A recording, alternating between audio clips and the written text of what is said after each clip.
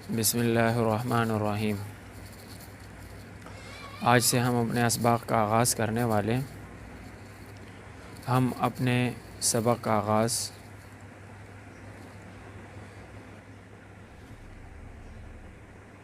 صرف کا آغاز تو ہم کریں گے، لیکن دیکھیں اس سے پہلے ایک مقدمہ ہوتا ہے، اور مقدمہ سے پہلے چند ضروری باتیں ہوتی ہیں، ان کا سمجھنا بھی ضروری ہوتا ہے، اگرچہ بعض لوگ اسے اتنی اہمیت نہیں دیتے، لیکن اس کا سمجھنا بھی ضروری ہے۔ سب سے پہلے ہمیں صرف کے معنی معلوم ہونے چاہیے کہ صرف کہتے کس کو۔ تو سامعین، صرف لغت میں پھیرنے کو کہتے ہیں۔ صرف کا لغوی معنی پھیرنا۔ تو صرف کو صرف اسی وجہ سے کہا جاتا ہے کہ اس میں جو صیغے کا مادہ ہوتا ہے، جو اصل ہوتا ہے، اس کو ماضی بناتے وقت، مضارع بناتے وقت، اسم فاعل بناتے وقت اس کو ایک جگہ سے، ایک صیغے سے دوسرے صیغے کی طرف پھیرا جاتا ہے، تو اس وجہ سے صرف کو صرف کہتے ہیں۔ صرف کی اصطلاحی تعریف یہ کی جاتی ہے: الصرف علم بأصول يعرف بها احوال الکلم الثلاث من حیث اصل و بناء و اعلال و تعلیل۔ صرف یہ ایسے اصول کے جاننے کا نام ہے جس کے ذریعے سے تین کلموں کے احوال معلوم کیے جائے، یا تین کلموں کے احوال کی پہچان ہو، اصل کے اعتبار سے، اعلال کے اعتبار سے، اور تعلیل کے اعتبار سے۔ دیکھیں، اس ڈیفینیشن کے اندر صرف ایسے اصول کے جاننے کا نام ہے جس کے ذریعے تین کلموں کے احوال کی پہچان ہو۔ تو تین کلمے کس کو کہتے ہیں؟ تین کلموں سے مراد اسم، فعل اور حرف۔ اسم، فعل اور حرف کے احوال کی پہچان ہو، کس اعتبار سے؟ اصل کے اعتبار سے کہ آئے یہ اپنے اصل پر ہے یا نہیں، اعلال کے اعتبار سے کہ آئے اس میں تعلیل ہوئی ہے یا نہیں ہوئی، اور ابدال کے اعتبار سے بھی کہہ سکتے ہیں کہ آئے یہاں پر کوئی حرف کسی دوسرے حرف سے بدل شدہ ہے یا نہیں۔ تو یہ صرف کی اصطلاحی تعریف تھی۔ صرف کا موضوع کیا ہے؟ صرف میں کس چیز سے بحث ہوتی ہے؟ تو صرف کا موضوع میں آپ کو بتاؤں کہ صرف میں عربی زبان کے کلمات سے بحث ہوتی ہے۔ دیکھو، نحو میں بھی عربی زبان کے کلمات سے بحث ہوتی ہے، لیکن وہاں پر بحث من حیث المجموعہ یعنی کلام سے ہوتی ہے، اور یہاں پر عربی زبان کے کلمات یعنی اس میں مفردات سے بحث ہوتی ہے۔ اب جیسے کلمہ کیا کلمہ ہے: طلب العلم فریضۃ علی کل مسلم، یہ کلمہ ہے۔ اور کلمات، طلب الگ کلمہ ہے، علم الگ کلمہ ہے، فریضہ الگ کلمہ ہے، علی الگ کلمہ ہے، اور کل الگ، اور مسلم الگ۔ تو صرف میں عربی زبان کے کلمات سے بحث ہوتی ہے، کلام سے نہیں۔ اچھا، صرف ہم کیوں پڑھتے ہیں؟ دیکھیں، صرف ہم اس وجہ سے پڑھتے ہیں تاکہ ہم صیغے کے اندر غلطی سے بچ سکیں، ہم صیغے کے اندر غلطی کرنے سے بچ سکیں، اس وجہ سے ہم صرف پڑھتے ہیں۔ کیسے صیغے میں؟ دیکھو، قرآن کریم میں الذین یقیمون الصلاۃ، تو یقیمون یہ کون سا صیغہ ہے؟ جب آپ نے صرف پڑھی ہوگی تو آپ اس صیغے میں غلطی نہیں کر سکیں گے۔ یؤمنون بالغیب، یؤمنون کون سے صیغہ ہے؟ جب آپ نے صرف پڑھی ہوگی تو آپ اس صیغے میں غلطی کرنے سے بچ سکیں گے، اور آپ صیغہ بھی بتا سکیں گے۔ آمنو کون سے صیغہ ہے؟ جب آپ نے صرف پڑھی ہوگی تو آپ آمنو صیغہ بتا سکیں گے۔ اچھا، یؤمنون، اس کو ہم کتنے طریقوں سے پڑھ سکتے ہیں؟ اس کو ہم یؤمنون بھی پڑھ سکتے ہیں، جب آپ نے صرف پڑھی ہوگی تو آپ یہ بتا سکتے ہیں۔ یقیمون، یہ اپنے اصل پر ہے؟ جی، یہ اپنے اصل پر نہیں ہے، اصل میں تھا یہ یقویمون، پھر یہ یقومون سے یقیمون کیسے بنا؟ جب آپ نے صرف پڑھی ہوگی تو آپ یہ بتا سکیں گے، نہیں تو آپ نہیں بتا سکتے۔ تو صرف کا مقصد ہوتا ہے ذہن کو صیغوی غلطی سے بچانا۔ اچھا، اس فن کے موجد کون ہیں؟ اس کے موجدین کے بارے میں مختلف اقوال اور مختلف آراء ہیں۔ ایک قول کے مطابق اس فن کو ایجاد کرنے والے نعمان ابن ثابت، امام ابو حنیفہ رحمۃ اللہ علیہ۔ ایک قول کے مطابق اس فن کے موجد ابو الاسود الدؤلی ہے۔ ایک قول کے مطابق اس فن کے موجد حضرت علی کرم اللہ وجہہ۔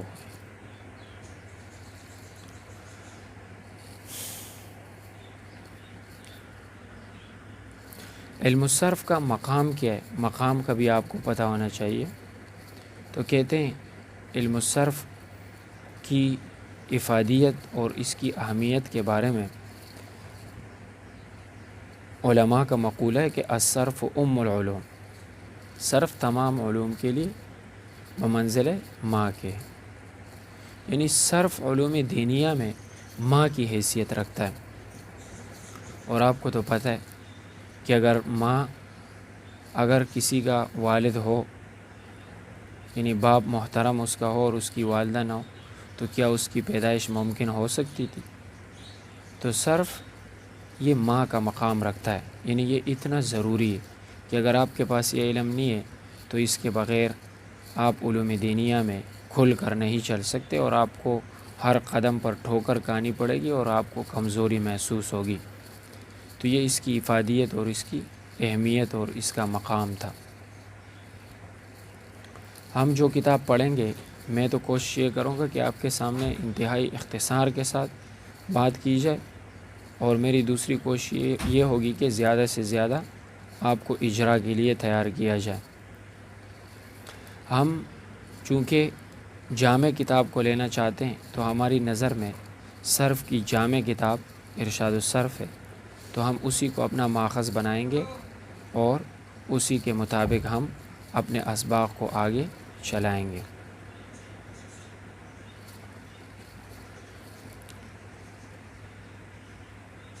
تو یہ تو کچھ باتیں تھی جنہیں ابتدائی باتیں کہا جاتا ہے۔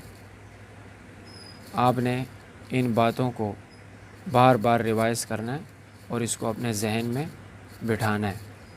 اگر کوئی بات سمجھ نہیں آتی تو آپ نے ہمیں وہ بات بتانی ہے کہ آپ ہمیں یہ چیز واضح کر دیں، تو ہمارا کام ہے کہ آپ کے سامنے اس بات کی وضاحت کر دی جائے۔ آپ اسے مقدمہ سمجھ لیں، مزید بھی بہت سی باتیں ہیں، لیکن ہم آپ کو وہی چیزیں بتانا چاہتے ہیں جس کا جاننا آپ کے لیے ازحد ضروری ہے۔ اگر اس کو چھوڑا جائے تو آپ کی تعلیم میں نقص رہ جائے۔ ہم وہ باتیں آپ کو بتا رہے ہیں، اور زوائد بہت سارے ہیں، ہم وہ آپ کو بتانا نہیں چاہتے۔ تو سامعین، آپ نے صرف کی تعریف میں سنا کہ صرف ایسے اصول کے جاننے کا نام ہے جس کے ذریعے سے 3 کلموں کے احوال کو، 3 کلمے پھر میں نے آپ کو بتایا کون سے؟ اسم، فعل اور حرف۔ آپ دنیا کی کوئی بھی زبان اٹھا لیں، چاہے انگلش ہو، فارسی ہو، اردو ہو، عربی زبان ہو، کوئی بھی زبان آپ اٹھا لیں، آپ کو ہر زبان کے اندر صرف کلمہ 3 قسموں میں منحصر ملے گا: اسم، فعل، حرف۔ تو آپ کو یہ جاننا چاہیے کہ کلمہ 3 قسم پر ہے: نمبر 1 اسم، نمبر 2 فعل، اور نمبر 3 حرف۔ یہ آپ کو پتہ چلا؟ آپ یہ کہہ دیں کہ کوئی بھی کسی بھی زبان کے الفاظ ہو، اس کے الفاظ آپ کو 3 قسموں میں منحصر ملیں گے: یا تو وہ لفظ اسم ہوگا، یا پھر وہ فعل ہوگا، یا پھر وہ حرف ہو۔ اچھا، اب ان میں سے ہر ایک کی الگ الگ ڈیفینیشن ہونی چاہیے کہ اسم کس کو کہتے ہیں، فعل کس کو کہتے ہیں، اور حرف کس کو کہتے ہیں۔ سب سے پہلے ہم اسم کی تعریف کرتے ہیں۔ اسم کی تعریف اس طرح کی جاتی ہے کہ جو اپنا معنی بتانے میں کسی دوسرے کا محتاج نہ ہو اور 3 زمانوں میں سے کوئی زمانہ اس میں نہ پایا جائے۔ پھر آپ کو پتہ ہے کہ زمانے بھی 3 ہوتے ہیں، ماضی، حال، استقبال۔ تو جو بھی کلمہ اسم ہوگا اس میں 3 زمانوں میں سے کوئی زمانہ موجود نہیں پائیں گے آپ۔ جیسے میں چند اسموں کے نام آپ کے سامنے لیتا ہوں۔ کراچی، کراچی یہ نام ہے، یہ اپنا معنی بتانے میں کسی چیز کا محتاج نہیں ہے۔ جب آپ نے کراچی بولا تو نہ آپ کو فعل کی ضرورت پڑی نہ اسم کی، آپ سمجھ گئے۔ اس میں کوئی زمانہ نہ یہ ماضی ہے، نہ اس میں ماضی موجود ہے، نہ حال موجود ہے، نہ استقبال۔ جیسے زید، جیسے دروازہ، جیسے احمد، مسجد، عامر۔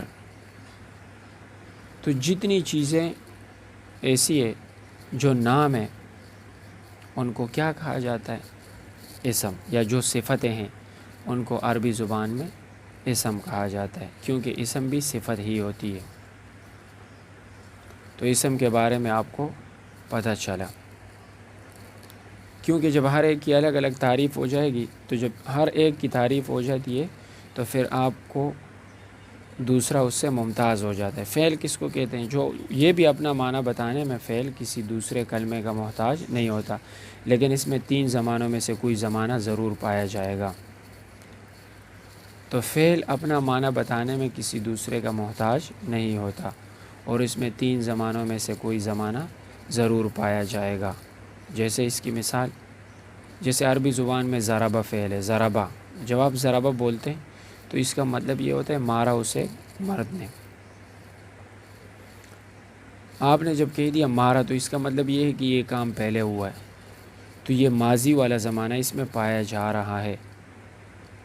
یا جیسے آپ مستقبل یعنی فیوچر والا معنی اس میں پایا جا رہا ہو، یضرب، یضرب، اب یہ ایک کلمہ ہے اور یہ فعل ہے، یہ اپنا معنی بتانے میں کسی دوسرے کلمے کا محتاج نہیں ہے اور 3 زمانوں میں سے کوئی زمانہ یعنی مستقبل والا زمانہ اس میں پایا جا رہا ہے، کیونکہ یضرب کا فعل آپ کو یہ بتا رہے کہ یہ کام حال میں ہو رہا ہے یا پھر استقبال میں ہو رہا ہے۔ پھر ہم آپ کو بتاتے ہیں حرف کس کو کہتے ہیں۔ یہ اپنا معنی بتانے میں بھی دوسروں کا محتاج ہوتا ہے اور 3 زمانوں میں سے کوئی زمانہ بھی اس میں نہیں پایا جاتا۔ جیسے من، اب من کا مطلب ہے سے، تو آپ سے کرتے رہے، کسی کو کچھ سمجھ نہیں آنا جب تک آپ اس کے ساتھ اسم یا فعل کو نہیں ملائیں گے۔ جب آپ نے اسم یا فعل کو اس کے ساتھ ملا دیا تو اس کا معنی سمجھ میں آ جائے گا۔ جیسے کہ سرتو، میں چلا من سے، تو اب من کا معنی ہمیں سمجھ میں آیا کہ میں چلا من البصرۃ، بصرہ سے الی الکوفہ، کوفہ کی طرف۔ تو جب تک آپ فعل کے ساتھ، حرف کے ساتھ اسم یا فعل دونوں میں سے کوئی ایک کلمہ نہیں ملائیں گے تو تب تک حرف آپ کو اپنے معنی پورے نہیں دیتا۔ یہاں تک آج کے لیے اتنا ہی کافی سمجھیں۔ اس سبق کو اچھے طریقے سے ریوائز کریں اور اپنے ذہنوں میں اس کو بٹھائیں۔ کل انشاءاللہ ہم اگلے ٹاپک کے ساتھ آپ کے سامنے موجود ہوں گے، اگلے سبق کے ساتھ۔ اللہ تعالی ہم سب کو دین کا خادم بنائے اور اللہ تعالی ہم نے جو پڑھا ہے اس پر عمل کرنے کی توفیق عطا فرمائے۔ اللہ تعالی آپ حضرات کو یہ علم اچھے طریقے سے ازبر فرمائے۔ آج کے لیے اتنا ہی کافی۔ وآخر دعوانا ان الحمدللہ رب العالمین۔